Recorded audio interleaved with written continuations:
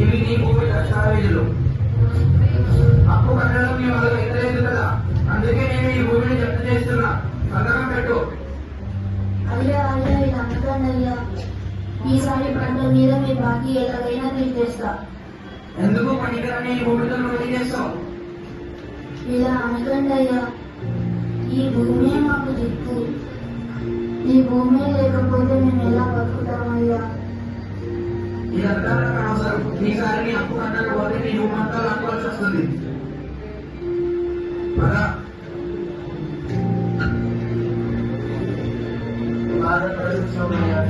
నా దగ్గర ఒక మంచి ఆలోచన ఉంది.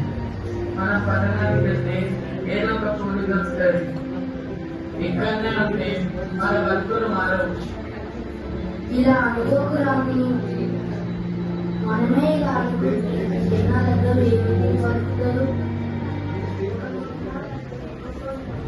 కదా. మనం నమ్ముకున్న ఇలా మనల్ని వదలదు. ఈ పిచ్చి ఆలోచనలు అన్ని వచ్చి మన వ్యవసాయం మొదలు పెడతాం రావయ్యా.